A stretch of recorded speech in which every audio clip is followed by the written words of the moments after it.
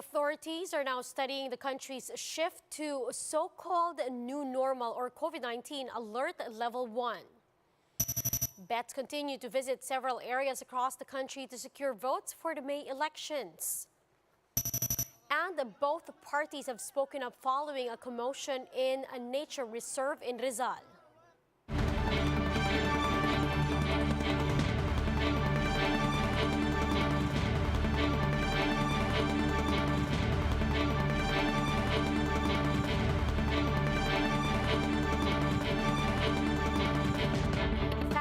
Focused and fearless, here's a roundup of stories we're watching now. I'm Riza Diaz. We begin the newscast with NCR mayors set to meet this week to talk about the possibility of placing the metro under COVID-19 alert level status 1. Now let's get more insights from this. We have Octa Research Fellow Professor Guido David. He's joining us via Zoom. Professor Guido, good evening. Hi, good evening, Riza. So we'd like to get your insight. Would you advise, or would Octa for that matter, advise the government to place Metro Manila under alert level 1, or should we wait, say, until after the May elections? Well, we actually recommended a de-escalation to alert level 1 by March 1 because we're projecting that numbers will continue to decrease. We're projecting less than 5% positivity rate in NCR by March 1, and the average number of cases should be down to around 200 per day. At least that's what our projections are saying, and then healthcare utilization will continue to be low. That being said, of course, we support the decision of the Metro Manila mayors and the national government, the IATF, because they're the ones making the recommendation for the alert levels. Professor, should the government consider lifting the mask mandate at some point? And what are your expectations rather under the new normal in terms of restrictions? Yes, Riza, and there are definitely discussions regarding what the new normal would entail. Definitely, if we move to alert level 1, which is the or maybe close to what the new normal would be like, certain health restrictions will no longer be applicable. What does that mean? Well, for instance, if we allow 100% capacity in public transportation, that means the social distancing will no longer be implemented. And what that means is that we should still have some health measures in place at the minimum to at least somehow mitigate transmission. And the face mask is the most effective way of controlling transmission. And we know that there are still cases, the virus is still out there. So even as we move to a looser restriction like alert level 1, we believe that the face mask mandate should stay at least for the time being. Now, it could gradually be lifted, possibly in outdoor areas, but at least for indoors and public transportation, we think that it should be here to stay for a while. Professor, can you update us on trends, maybe on the recent trends that we're seeing? Is there an increase in cases, or are we seeing really a downward trend in cases, considering, of course, mobility, like there was the Valentine's Day celebration?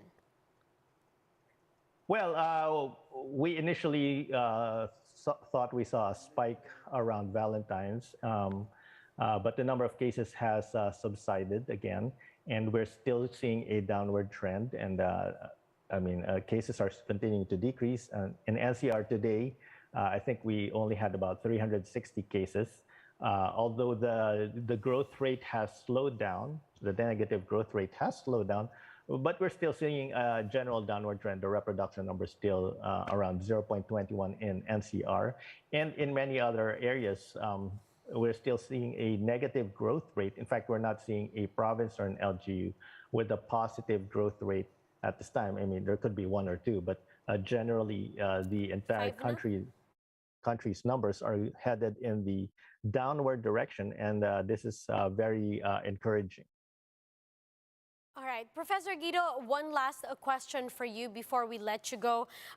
The last time, or rather, what's going to look like? What's going to be the outlook for NCR and perhaps for the rest of the country in the coming weeks? Are you factoring in the ongoing campaign period through your projections? Well, Riza, we haven't really factored those in. We're trying to wait and see what the effects of the campaign period would be. And so far, we're not seeing any serious uptick or spike in cases due to the campaign period. Now, that may change, of course, but at least so far, we're not seeing any increase whatsoever in the numbers. Previously, we projected 500 cases per day in the NCR by Valentine's Day. And in fact, on February 14, we saw 485. And then we also projected about 200 cases per day in the NCR by the end of the month. So far, it looks like it may be around that number. It could be higher than 200. And if this trend continues, we should be seeing low numbers all across the country. We're thinking less than 1,000 cases per day in the entire country by March, by around the first week of March. And if there are new variants, we have a very optimistic outlook, Riza. We think that cases will continue to decline as the summer season starts. Well, thank you, sir, for sharing with us all those information. That's Octa Research Fellow, Professor Guido David.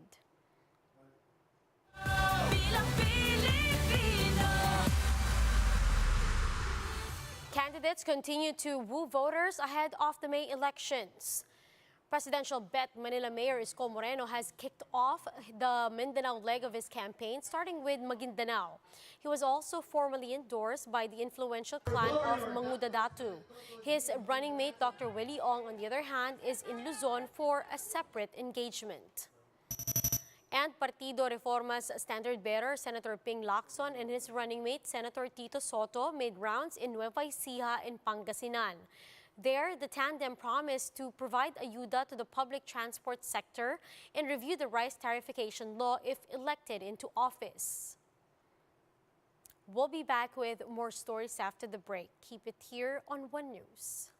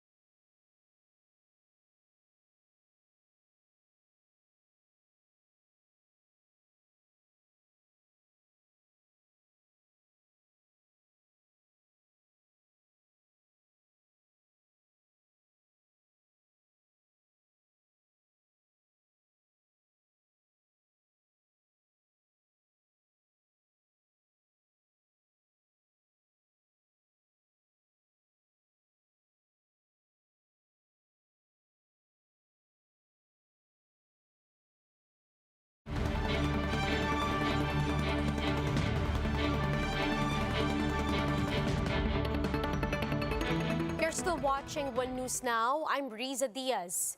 A footage of the scuffle between Masungi Park Rangers and a group of men has been making rounds online. But both parties have different versions of what transpired. Camille Samonte with the details. 7 forest rangers from the Masungi Geo Reserve in Baras Rizal were harassed and attacked in Sitio San Roque on Friday. In a video posted by Masungi Geo Reserve, around 20 people are seen ganging up its rangers with fists and big rocks. According to the park, the scuffle started when the group of men insisted to inspect the bags of the rangers who allegedly had guns. They claimed that the group are employees of illegal resorts in the Upper Marikina watershed.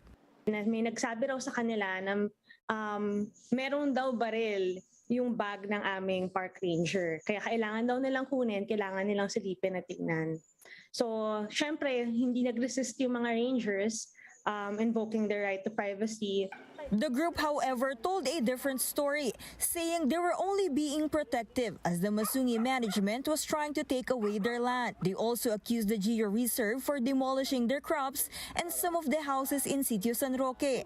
Sinasabi kasi nila na sila yung binigyan ng MOA ni Ginang Gina Lopez nung panahon, nung 2017, para mag-reforestation dito sa area ng kabundukan. So wala naman pong masama ron. Ang masama ron, yung kanilang mga ginagawang pananakot sa taong bayan. But the park management pointed out that the Upper Marikina watershed is a protected area where any infrastructure is prohibited. In fact, the Environment Department has already issued a cease and desist order for illegal resorts in the area. Nawawala yung gubat natin sa mga critical watersheds natin. Diba? Yan na yung nagdudulot ng mga matinding pagbaha, pagkasira ng kalidad ng ating lupa na may kinalaman sa pagsusustain ng ating food security at agrikultura. The Baras Rizal Police, meanwhile, is now conducting an investigation and urge both parties to file a suit to settle the land dispute in court. Si police, ma'am, hindi man pwede manghimasok, ma'am, sa land dispute, ma'am. Kasi usapin korte po yan, ma'am. Hanggang sa crime prevention lang po kami at crime deterrence po, ma'am. For News 5, Camille Samonte, We Are One News.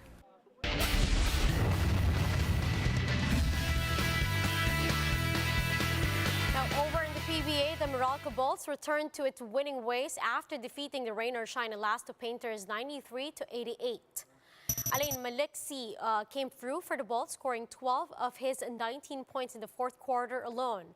With the win, Meralco improved to a 5-1 record in the team standings, while Rain or Shine dropped to a 3-5. Now, as for the second game, the San Miguel Beermen and the Barangay Ginebra San Miguel continue to battle it out. Both teams have an even 3-3 win-loss card after suffering losses in their previous games. The Beermen led by 2 points at the end of the first half, as the third quarter is already underway. And for more updates, visit News 5, The Philippine Star, and Business World Online. Visit our website, onenews.ph, for more in-depth analysis. You can also catch One News on Signal Play app.